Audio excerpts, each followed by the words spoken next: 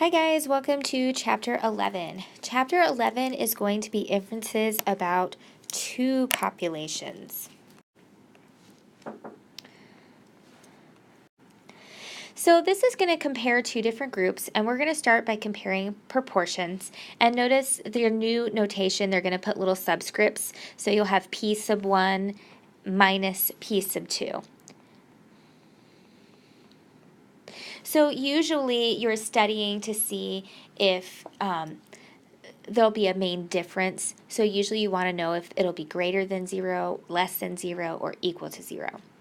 P1 is going to be the population proportion for group 1, and P sub 2 is going to be the population proportion for group 2. When we estimate P1 minus P2, we're going to use P hat 1 minus P hat 2. And remember, if it ever has a hat on it, then that means that that's coming from a sample. If we set P1 minus P2 equal to 0, then we can add the P2 to the other side. And so it's going to look like P1 is equal to P2. And this is typically going to be what your null hypothesis is when you go to run these tests. So assumptions for the test in order to determine the difference between two proportions. The first thing that must be true is that these samples must be independent. So population 1 and population 2 should not be affecting each other. Sample 1 and sample 2 should not be affecting each other. If they are, then that means that your samples are not independent.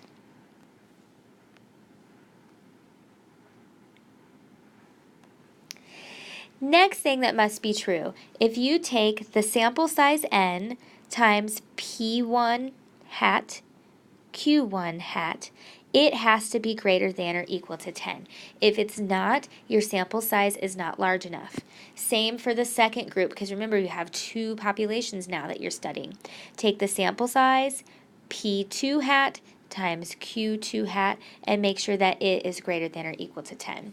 So for example, let's say I had a sample size of 10, and the proportion that an event happened was 0.2, and the proportion that the event did not happen is 0.8. If I multiplied those together, 10 times 0.2 times 0.8, I would get 1.6. That is not larger than 10, so that's bad. That means your sample size is not large enough, and you really should not be running a hypothesis test on this. Now, remember your hypotheses. There's going to be 3 hypotheses that you can have for the null and the alternative hypothesis. Sorry, they got a little off kilter. The first hypothesis you can have is that the proportion in group 1 and group 2 are not equal, that they are different. So a lot of times you could say something like, men and women make different incomes. Okay, or the proportion of men that go to the mall is different than the proportion of women that go to the mall. That would be a case where you don't know if it's more or less, you just know that they're different. And then these will all say equal signs on your homework. The next is that you want the first proportion to be smaller than the second proportion. So the example I always use is the proportion of men that go shopping is smaller than the proportion of women that go shopping. That would be one way you could set up the test. Or the last case, you want the first proportion to be bigger than the second proportion. So for example, the proportion of women that go shopping is larger than the proportion of men that go shopping. Obviously very stereotypical examples, but we're just going with it for right now. After you have your hypothesis test or your hypotheses written, then you need to calculate your test statistic.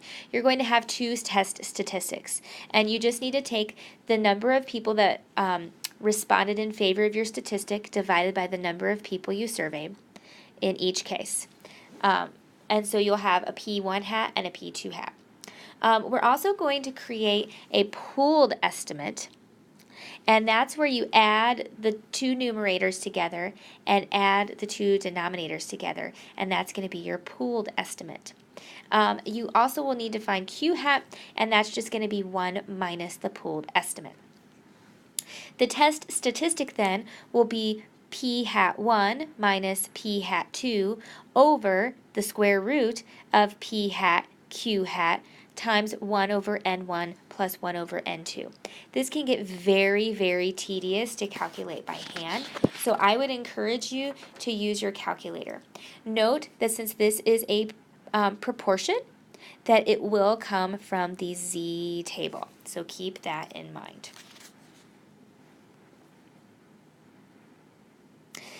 The steps are going to be the same for the general hypothesis testing method. The main difference is going to be the test statistic that you calculate.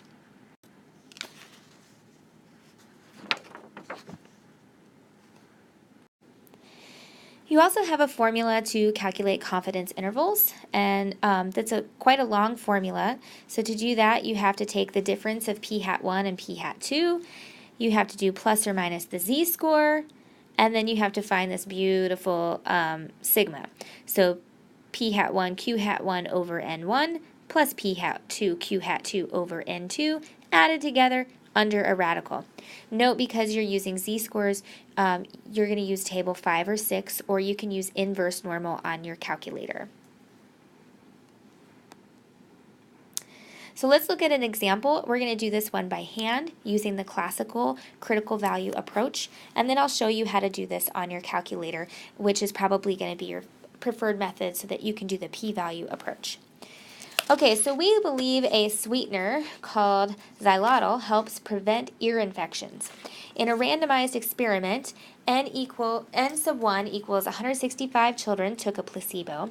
68 of them got ear infections. Another n sub 2 equals 159 children took xylitol, and 46 of them got ear infections. We believe that the number of ear infections in the placebo group will be greater than the xylitol group. Use alpha equals 0.025. Okay, so first let's organize what we have. We have group 1, which is our placebo group.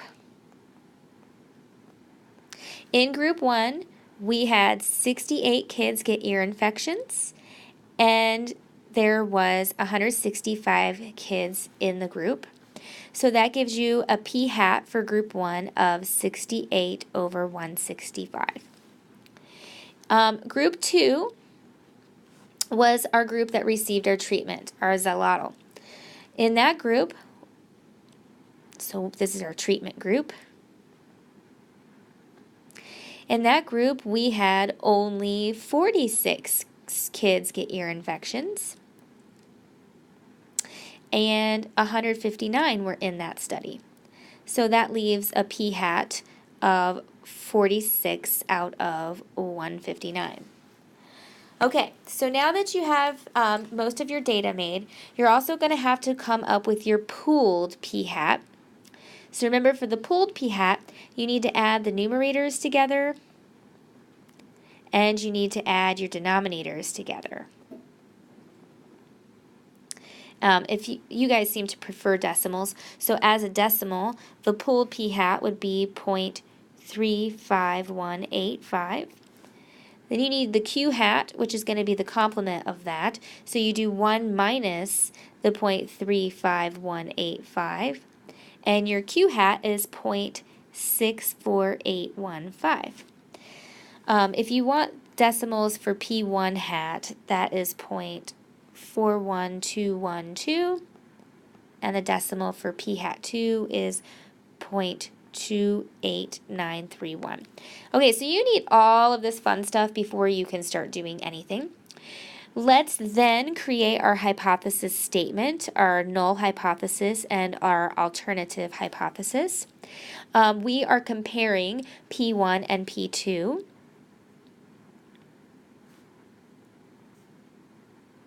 So remember, your null hypothesis always gets an equal sign.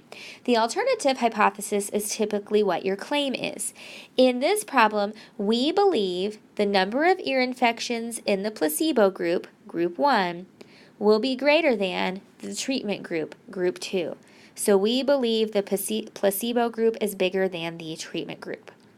Okay, so now we need to find our critical value. So we're going to draw our normal curve. Remember, we are using the z table, so z is 0. Because this is using a greater than sign, we are doing a right-tailed test.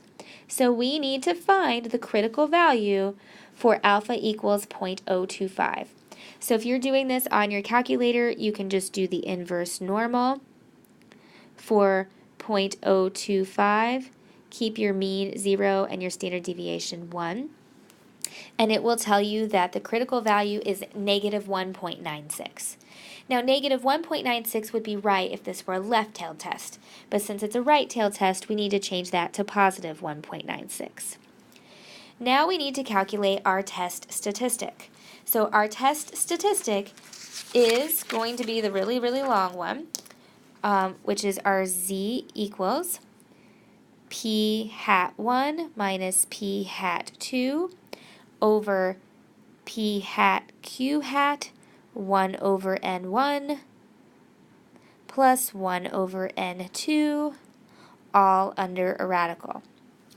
P hat 1 is 0.41212, p hat 2, 0.28931, p hat, 0.35185, q hat, 0.64815, 1 over n1, 1 over n2, all under a radical.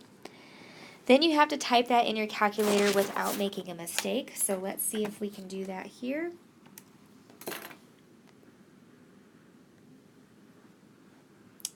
Let's find our calculator. So I'm going to put my numerator in parentheses,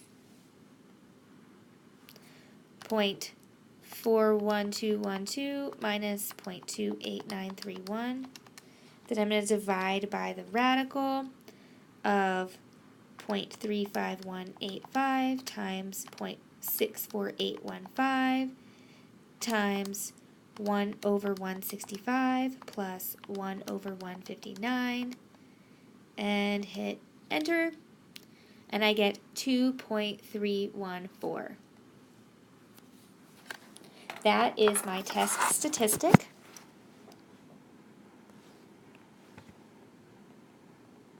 I need to plot that, and notice it goes to the right of my critical value, which is in the rejection region. So I get to reject the null hypothesis. Now keep in mind that you usually want to state your phrase at the end of what you just did. And so because we were able to reject the null hypothesis, this supports our claim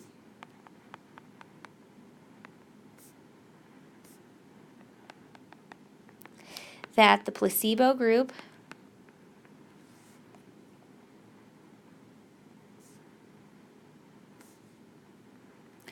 showed statistical evidence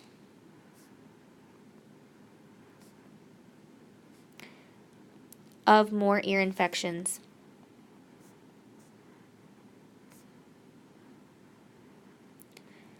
than the treatment group, which is good because that means your medicine probably worked. Now, you can also do this with your calculator, which is probably how I would do it if it was my choice. So, and this is how I go about doing the p-value method also. So let's scoot this up, and I'll do the calculator method right here. So all the numbers are going to be the same.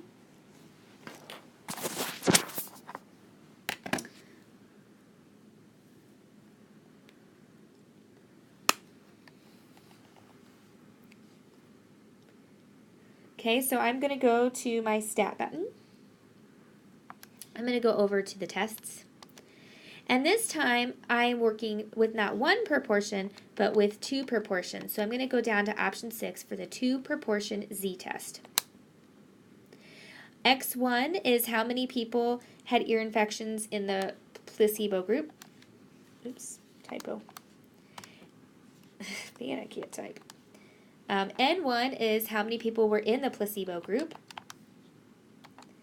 X2 is how many people had ear infections in the treatment group. how many people were in the treatment group, what you were trying to show. We are trying to show, notice the P1. We're trying to show that P1 is larger than P2.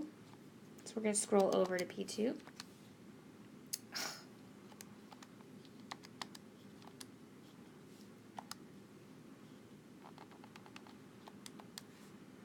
And then we're going to calculate. Okay, so notice it gives you your test statistic of 2.314. So if you don't want to do all that crazy stuff that you did up here, you don't have to. It is also going to give you your P hat and your Q hat values, which is great. And it is also going to give you your p-value. So our p-value is right here. It is 0.010, and that's going to be important to you. I'll move that out of here.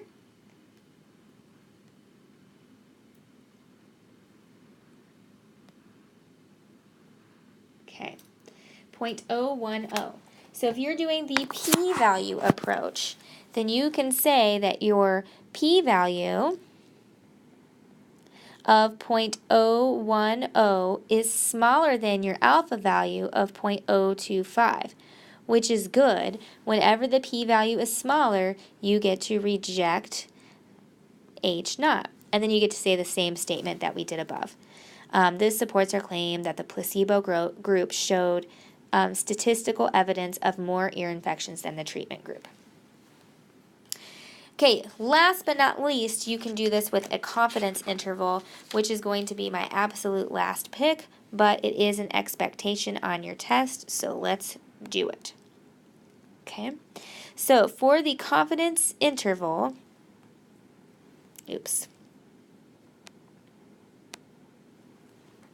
quit that. For the confidence interval, what we're going to do is develop the confidence interval first. Okay, so they gave us the alpha of 0.025, so we need to know what our confidence interval size needs to be. So if we do 1 minus 0.025, you're going to get 97.5, I believe. So 0.975. So what that means is we need 0.975 per majority, the 0.975 to be in the middle. So you're going to have 0.025 left, and you need to divide that by 2. So there's going to be 0.0125 on the right and 0.0125 on the left over here in the rejection zones. Okay? Now, I would probably just use my calculator to find my left and right boundary. So let's do that. We're going to go stat tests, and this time we're going to need to do an interval.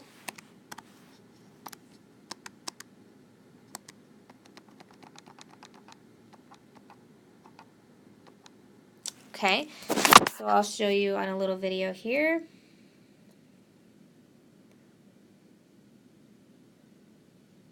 Oh, this video is still recording. I need to make this one go away.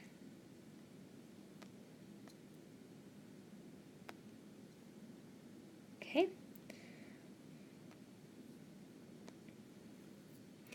Okay, so let's look at our calculator here. You need to scroll all the way down to option B, which is your 2 proportion Z interval. Okay, so we want 2 proportion Z intervals, so I'm going to select that. Same statistics as before, 68, 165, 46, 159, but your confidence level is now going to be 0.975. And then you can calculate. Your left boundary is 0.005. Your right boundary is 0.24. Okay, so I'm going to put that over here. My left boundary is 0.005. My right boundary was 0.24. Then I need to look at what I had for my data, and I need to plot it to see if it lands in the rejection zone or not. So what you're looking for here is where the location of 0 is. The reason you're looking at 0 is because what you're saying is that placebo group 1 has more ear infections than treatment group 2. Well, the opposite of having more ear infections is for there to be the exact same amount. And so what that's saying is that if you took placebo group 1 and subtracted placebo group 2 from it, that there would be no difference. So when you're looking for these confidence interval ones, you're looking for where 0 is located, saying that there's no difference whatsoever. 0 would be over here to the left of 0.005, which is in a rejection region. So again, you would reject H naught. And like I said, these are not my favorite. This is not my favorite method. I would do the classical method if it was me.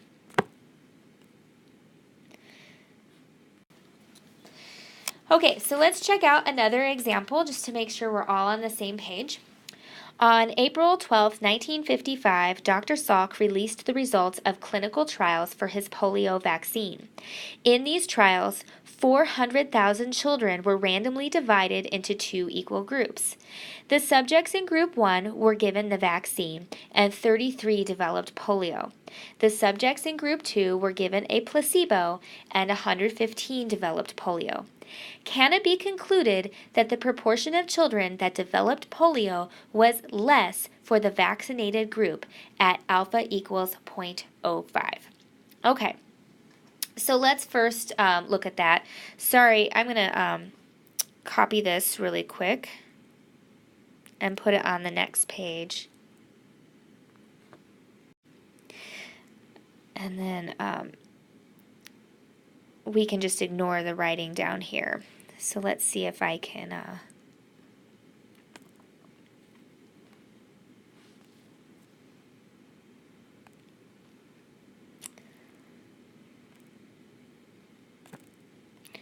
make that go away.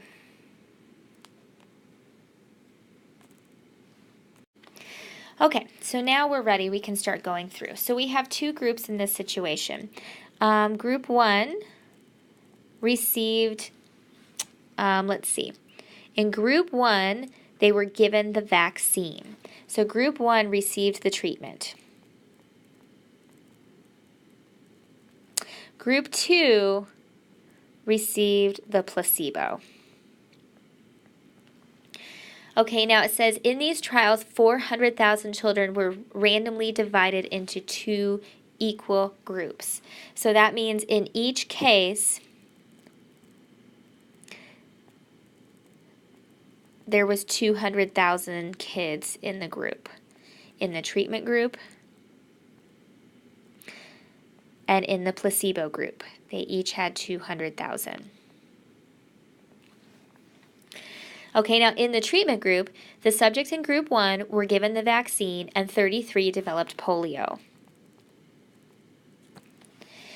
In Group 2, the subject in Group 2 were given a placebo and 115 developed polio. Can it be concluded that the proportion of children that developed polio was less for the vaccinated group? So the goal here is that we think that Group 1 had less polio than Group 2. Okay, so keep in mind you have to find a p-hat for each situation.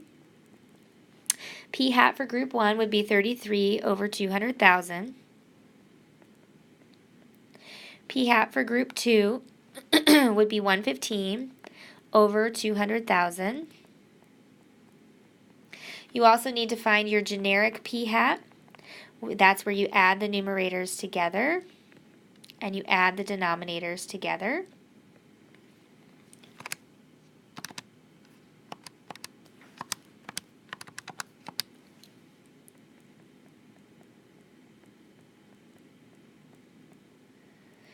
And you also need your q-hat, which is just the complement of that. So I'm going to do 1 minus that. And I'm going to just leave it as a fraction, but if you prefer decimals, you go for it. Now I'll just do a decimal. It's 0.99963. Okay, so we have all of our data that we need. Now we need to write our hypotheses.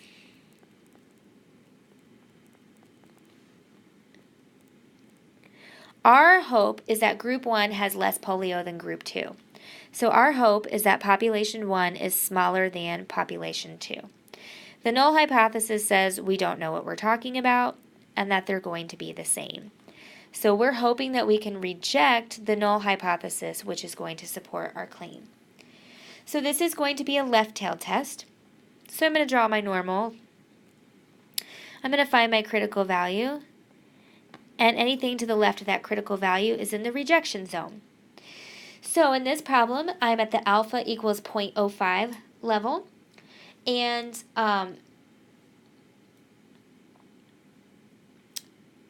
so I'm going to do my inverse normal. So I need 0.05% of the population to be over here. So I'm going to do inverse normal on my calculator. And I'm going to put 0.05 in for my area, 0 as my mu, and 1 for my sigma. And I am going to get a critical value of negative 1.645. That's my critical value. Now I need to calculate my test statistic, which if you remember was that gigantic formula. Why don't we just let our calculator figure the test statistic for us? Save us some effort.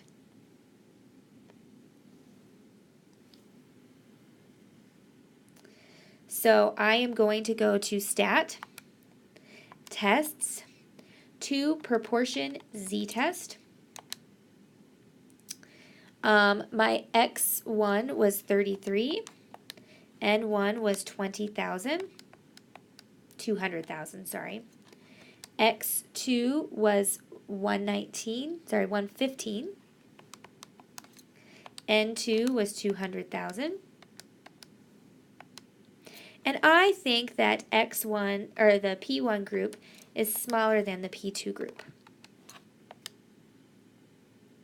Okay, so this first value that you have here, the negative 6.74, that is my test statistic. So that is my Z.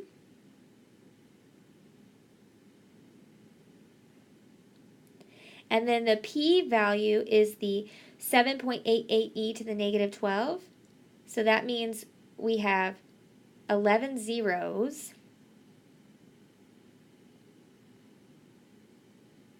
followed by 0.788.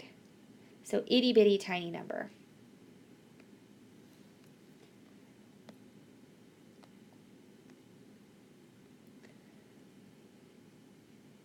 Okay, so then I can go to my table and I can graph my negative 6.74, which is going to be way down here, which is good. That means I get to reject. Or I can use my p-value with all the zeros. And I can say that was smaller than my alpha value, which also means that I get to reject. Now, what am I doing? I'm rejecting the null hypothesis. So what this means is there is statistically significant evidence that the number of children who contracted polio was less when they received the vaccine than when they received the placebo. Okay, now that is the end of section 11.1. Now we're going to move on to section 11.3, which seems a little out of order, I know, but it's a very similar thing. The only thing that's different, except this time, you're comparing means in mean 1 and mean 2. So keep in mind that they have to be a random sample, the samples must be independent, and you cannot have outliers. Also, your sample sizes should be greater than 30. If they're not, you have an issue. Okay? There's going to be 3 different ways you can set up your hypotheses. It's going to look exactly the same as what you did on the proportions. The only difference is you're going to use mu instead of p. You are now going to have a new test statistic. You're going to use test statistic T. You're going to take the mean of sample 1 minus the mean of sample 2. It is going to be divided by the standard deviation of sample 1 squared divided by its sample size, the standard deviation of sample 2 squared divided by its sample size, all under a radical. Your degrees of freedom, you have to use the smaller of the two. So say, for example, sample size 1 was, well, they said it has to be at least 30, right? Let's say sample size 1 was 30 and sample size 2 was 40. The degrees of freedom would be 29 and 39. You always have to go with the smaller of the two. That's what this is saying, the minimum. So we would go with degrees of freedom 29. You also have a crazy formula to calculate a confidence interval. And again, I would probably just do that with my calculator because it's so tough to do it by hand. But to do that, you would take the two means and subtract them. Then you would have to take the standard deviation times the t-value. And again, use the minimum level of degrees of freedom. So let's look at one of these problems. And we can do it two ways. We can do it by hand and we can do it with a calculator. I'm just going to move it all the way up and we'll do it with the critical value, the p-value, and the calculator. Okay. A researcher hypothesizes that the average number of sports, so notice the notation or the word average, so that's how you know it's a mean. The average number of sports that colleges offer for males is greater than the average number of sports that colleges offer for females.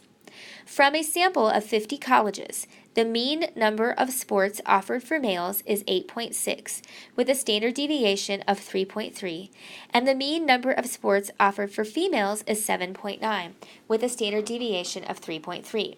At alpha equals 0.01, is there enough evidence to support the claim? Okay, well, first of all, what is the claim even saying? So if you read the first sentence, it says, the researcher hypothesizes the average number of sports for males is greater than females. So he thinks males has more sports than females. Okay, so we're going to have males be mu1. We think that mu1 is bigger than mu2. The null hypothesis says, no, that's not true. The amount of sports is equal. Mu1 equals mu2. Okay, so in order to do this, we're going to have to go through and we're going to have to find our data.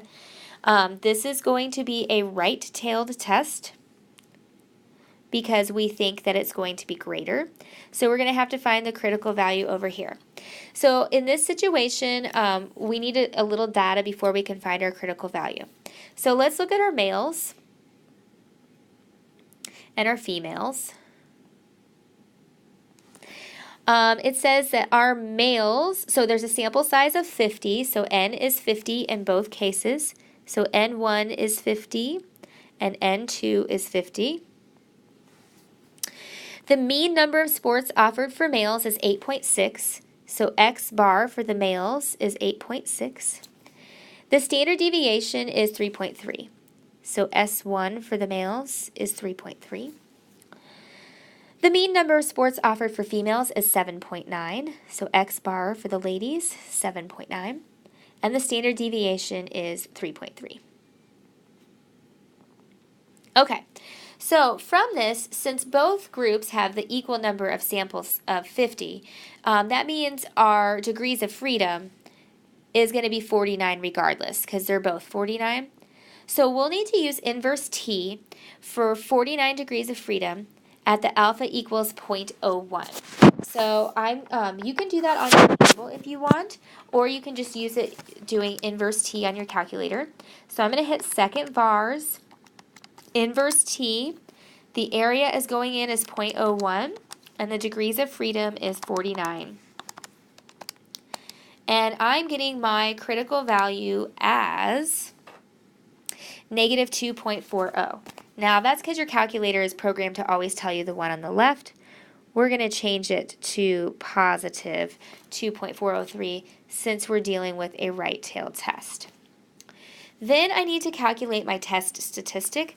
and that had a horrendous formula that you need to use. Your test statistic is going to be the mean for the men minus the mean for the women divided by the standard deviation for the men squared over the number of male colleges, the standard deviation for the women squared over the number of women colleges, all under a radical. So again, you need to type that in your calculator very carefully. I have already typed it in, and I got the answer of 1.061. So remember, 0 is dead center, so 1.06 is going to be somewhere between 2 and 4. Notice it is not in the rejection region, so in this case, we will fail to reject H naught.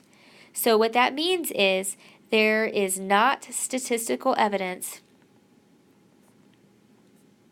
to support our claim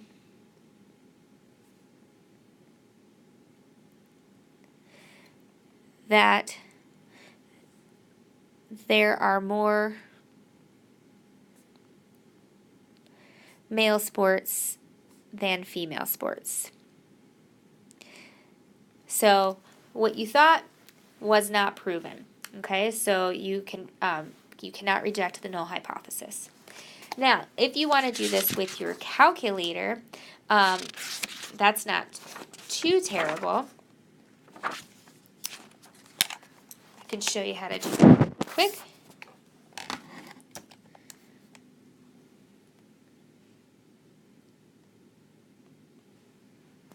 We're going to go to Stats, over to Tests. This time we want a 2 sample t-test. Okay, you don't want 2 proportion, 2 sample. We're going to enter our stats. The mean for the men was 8.6. Their standard deviation was 3.3. 50 schools with men were surveyed. The women was 7.9. Their standard deviation is 3.3. 50 schools were surveyed. We think that the men are bigger than the women.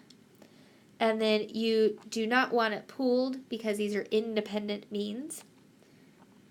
And we will calculate. Oh, that's the second time I've done that. I better hit clear. Everything should still be typed in though. Sorry.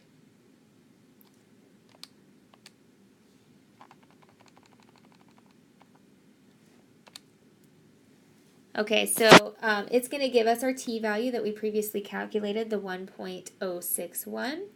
And it's also going to give you a p-value of 0.1457.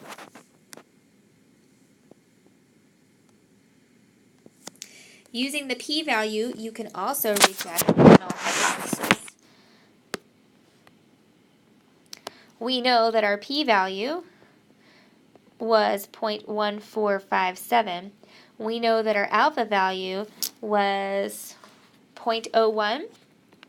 In order to reject, the p-value has to be less than the alpha value. Well, obviously 14% is not less than 1%, so again, fail to reject. We cannot reject the null hypothesis because the p-value is not smaller than the alpha value. Same question.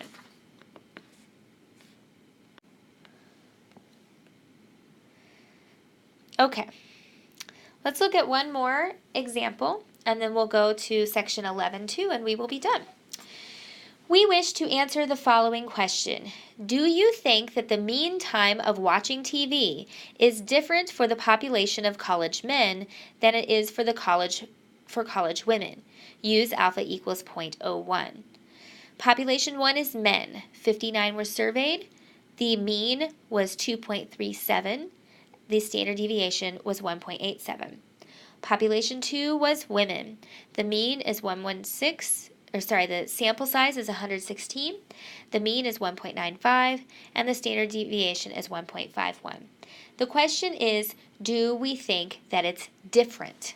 Not larger, not smaller, different. So that's how we're going to create our null hypothesis. Again, we're comparing mean 1 and mean 2. Mean 1 is men, mean 2 is women, and we just want to know if it's different. Different is a telltale sign for a two-tailed test. We just want them to do not equal. So the null hypothesis is going to be that they indeed do equal.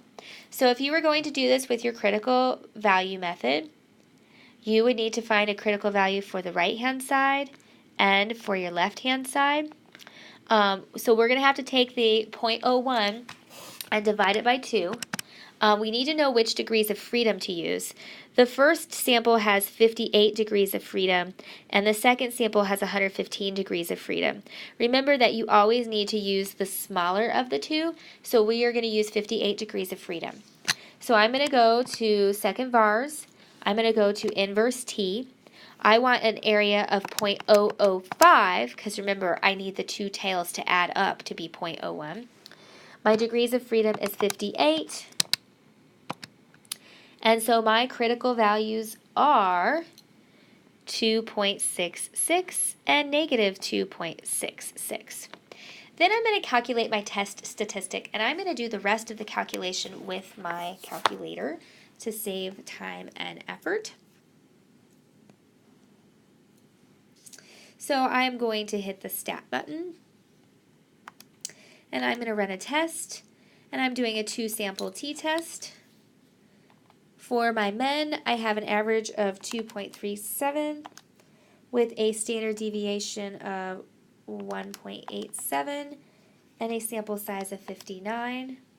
For my women, I have a mean of 1.95, a standard deviation of 1.51, a sample size of 116.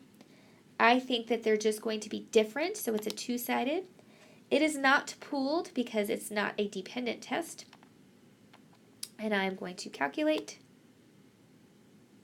And I get a t-value of 1.49 and a p-value of 0.138.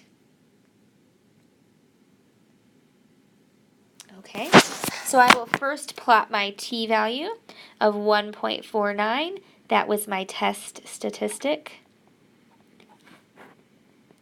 Notice it is not in the rejection region, so I will fail to reject. I can also do the p-value approach. My p-value was 0.13. My alpha value is 0.01. The p-value is not smaller than the alpha value, so again, I fail to reject. And then I get to make my generic statement at the end. There is not statistical evidence to support my claim that men watch more TV than women.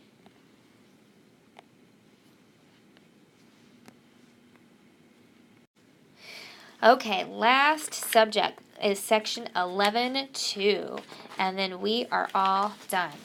So 11.2 is going to be inferences about two means, and these are going to be dependent systems, meaning they rely on each other. Okay, so for dependent systems, each observation in one sample has a matched observation in the other sample. The observations are called matched pairs. Paired data, a special case of one mean. Okay, so first we'll talk about paired data. Paired data is data that has been observed in natural pairs. So examples of paired data. Each person is measured twice, where the two measurements measure the same thing but under different conditions. So in these situations, you have one person, you have two samples. So an example could be like a pre and a post test. Another example, similar individuals are paired prior to an experiment, and each member of a pair receives a different treatment. So there are two people with one pair. Option 3, There are two different variables that are measured for each individual, and there's an interest in the amount of difference between the two variables. So again, one person, two samples, two variables. Okay, all of these are examples of dependent samples.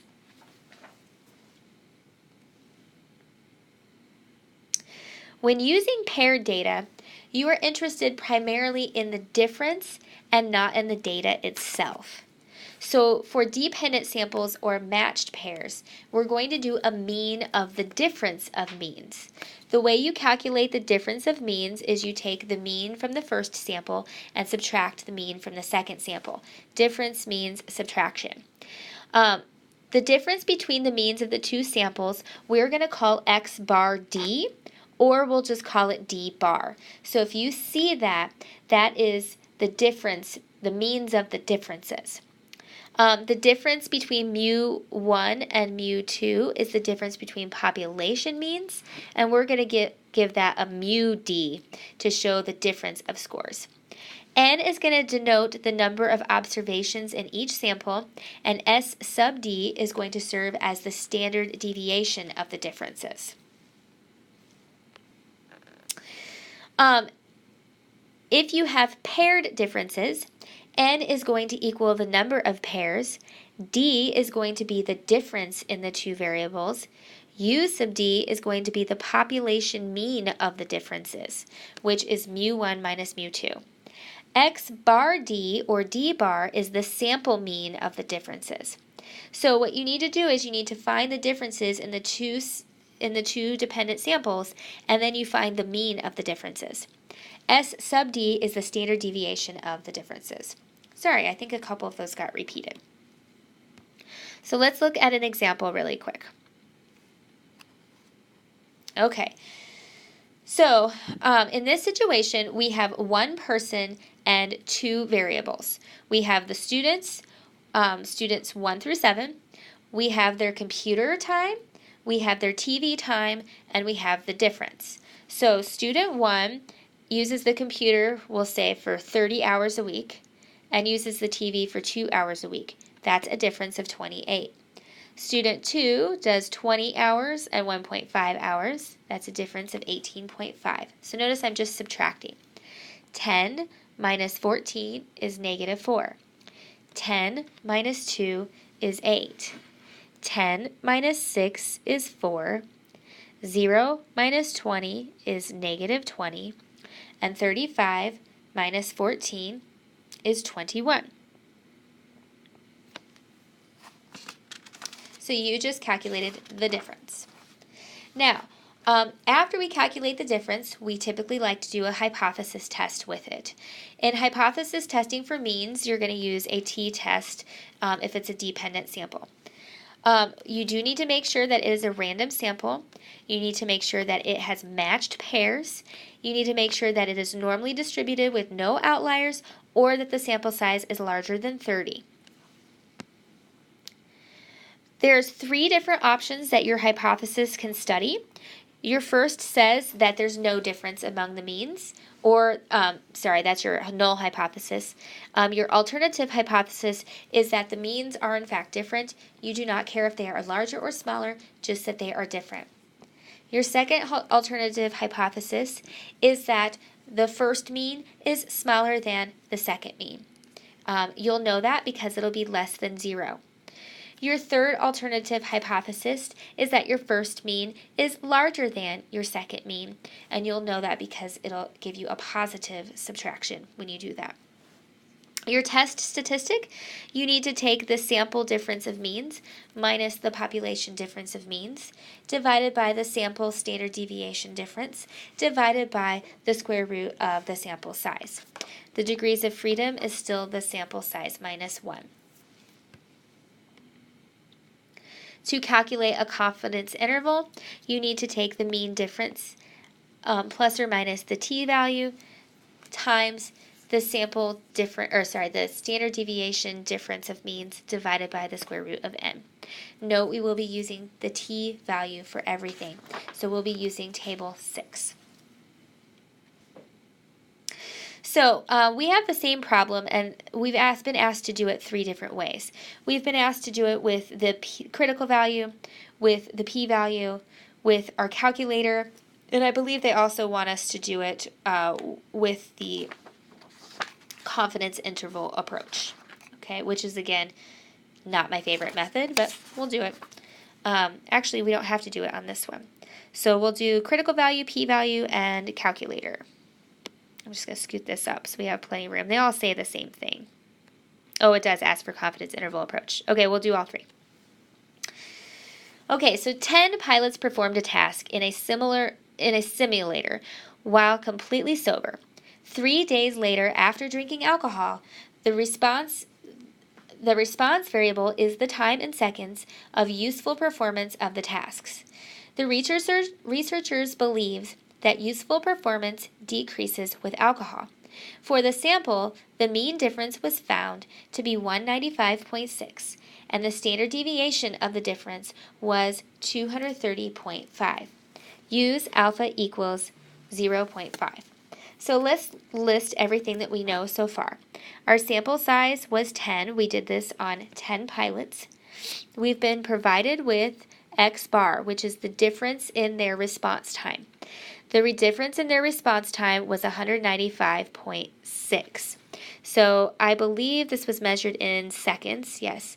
So when they were drinking alcohol, on average, it took them 195.6 seconds longer to respond than when they were sober to whatever the task was that they were testing. Mu naught on these is always going to be 0 because we are assuming there is no difference between the averages at all times. S sub D is going to be the standard deviation of the differences, which they found to be 230.5. And our alpha level is 0.05. So now we need to figure out what our degrees of freedom are. Our degrees of freedom is going to be 10 minus 1, which is 9 degrees of freedom. And we will want to find our critical values and write our hypothesis. Okay?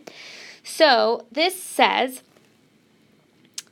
10 pilots performed a task in a simulator once while completely sober and 3 days later after drinking. The response variable is the time of useful performance of the tasks. The researcher believes that useful performance decreases with alcohol use. Okay, so useful performance sober should be larger than useful performance with alcohol. Okay, so if you are going to find the difference between those, the sober performance and the alcohol performance, we think that the sober is larger. So let's just see an example. Let's say the sober performance was 20, maybe we think alcohol performance is 15. Notice if you were to find the difference, which means the subtraction of those, that you get a positive number. And positive numbers are larger than 0. So my hypothesis then is that our difference in means should be bigger than 0. Mu naught should be larger than 0 because that would indicate that the sober performance has more useful time than the alcohol performance. The null hypothesis says that it's going to equal 0. There's no difference between being sober and drinking when operating a simulator. Okay? Now, we can run our test. So if we're going to run our test with the critical value method, we need to find our critical value at the alpha equals 0.05 level. Sorry. This is going to be a right-tailed test because it is a greater than sign. So we'll draw this. We will need to find the t value with 5% area on the right and 9 degrees of freedom. So I'm going to use inverse t. 5% area, 9 degrees of freedom. my critical value should be 1.83. Now I need to find my test statistic, which is that formula I gave you on the previous slide. My test statistic says that I need to take x bar d, which is, sorry, I lost it up there, 1.956.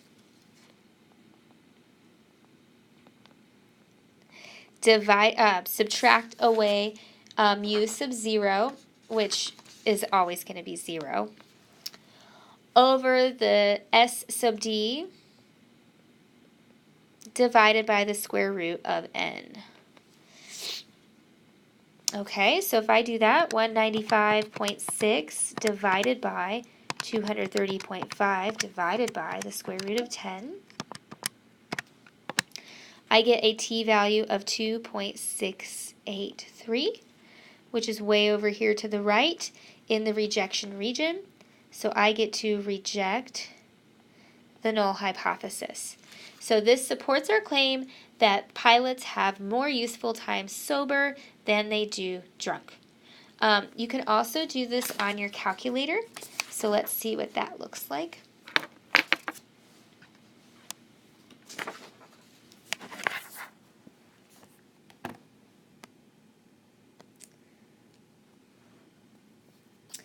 Okay, we're going to go to stat. We're going to go over to test. This time we can just use a regular old t-test.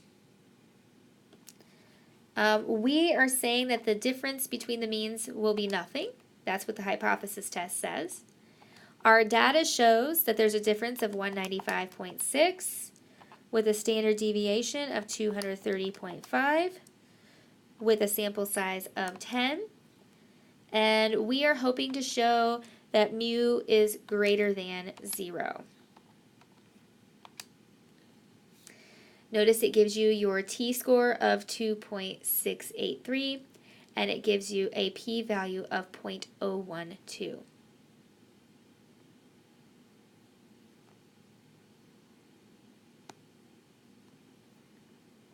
So, if we were going to use the p-value method, I have a p-value of 0.012, which is smaller than my alpha value of 0.05. So again, I get to reject the null hypothesis. If you were going to do the confidence interval approach,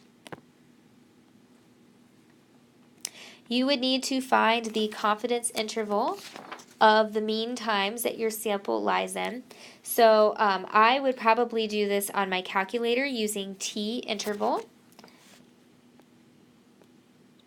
I have found that my average was 195.6. So I want to know where 95% of the data lies between on those 2 points. Okay.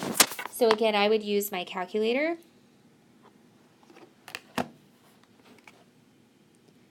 And on my calculator, I would go to stat, tests, t-interval. I would put in my mean, my standard deviation, my sample size, and my confidence level of 0.95. And I get 30.7 and 360.5. So my left boundary is 30.7. My upper boundary is 360.5. Then I would need to take the 0 from the hypothesis test and see where it lands. Note it does land in the rejection region. So again, I get to reject the null hypothesis.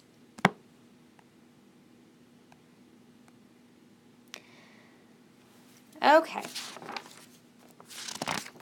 We have one last example here, and then we're going to call it good.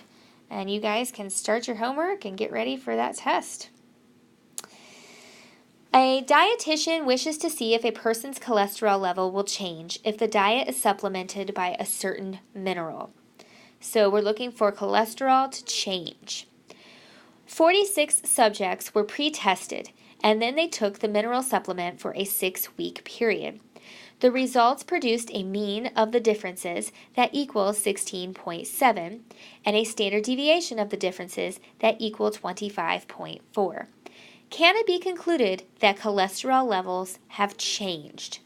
Okay, so if you're looking for your alternative and null hypothesis here, all we're looking is that the cholesterol levels have changed. So all we're hoping is that the mean is no longer 0, the difference of the means. I don't care if it's bigger, I don't care if it's smaller, I just want it to be different.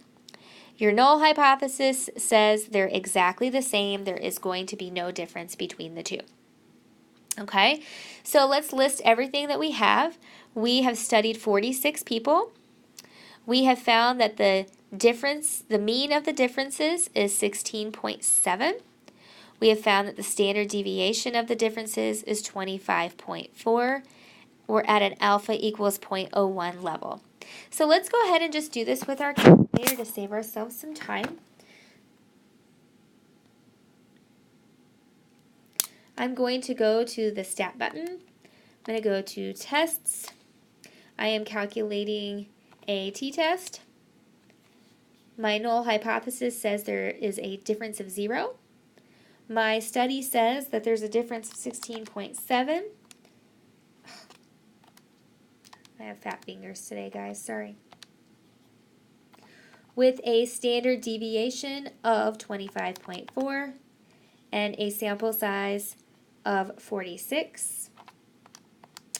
And we want to show that there is no difference, there is no difference. And we will calculate. Notice our t-value is very large at 4.45, so way off to the right. Notice our p-value is very small at 5.43 times 10 to the negative 5, so very, very tiny. So that's all we need to make our opinion. Know that the p-value is less than the alpha value, therefore we can reject the null hypothesis. The null hypothesis is that we have made no change whatsoever, so therefore we can say that there is statistically significant evidence to support our claim that cholesterol levels are different after taking a certain mineral.